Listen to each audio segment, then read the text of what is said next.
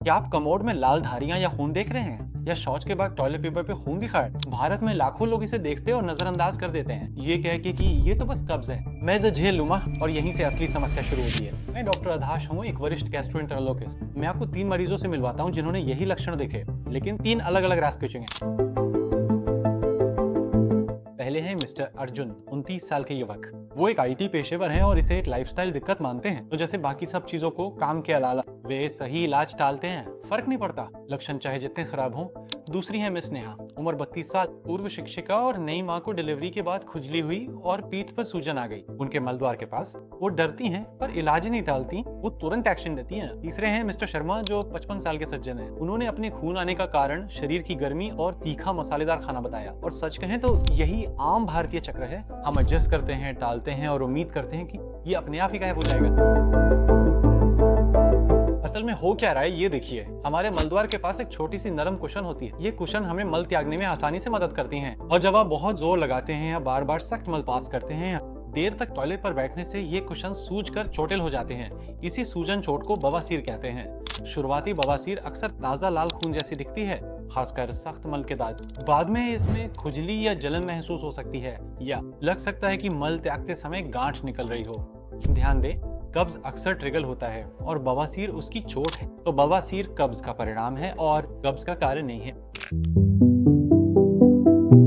हम सब उस आवाज को जान के लोग क्या कहेंगे। अगर आप इसका सामना कर रहे हैं तो घबराएं नहीं, आप अकेले नहीं हैं। ये काफी आम है और डॉक्टर इसे हर दिन पेशेवर तरीके से संभालते हैं।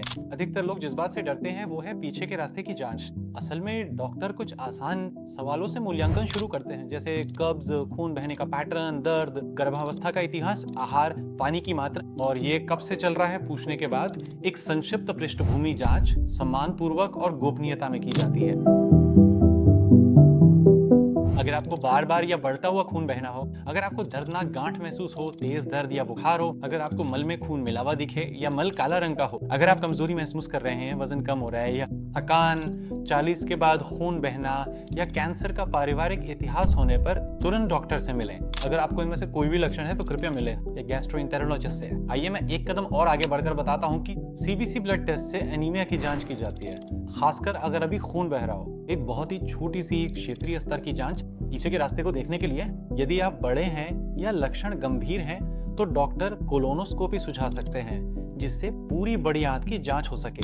संभावित परिणाम आमतौर पर सीधे साधे होते हैं। कभी ये साधारण बवासीर हो सकता है तो कभी फिशर, जो कि एक छोटा कट होता है। कभी कभी ये संक्रमण या फोड़ा भी हो सकता है, लेकिन कभी कभी कुछ और गंभीर भी हो सकता है जिसे जल्दी पहचानना जरूर, जैसे कि पॉलिप या कैंसर। क्या देख रहे हैं? यदि अनिश्चित है तो अंदाजा न लगाएं। सही डॉक्टर, सही गैस्ट्रोएंटेरोलॉजिस्ट से सही समय पर मिलें। हम इस चैनल पे मुख्य स्वास्थ्य समस्याओं पर सलाह देते हैं। सब्सक्राइब करें और बेल दबाएं।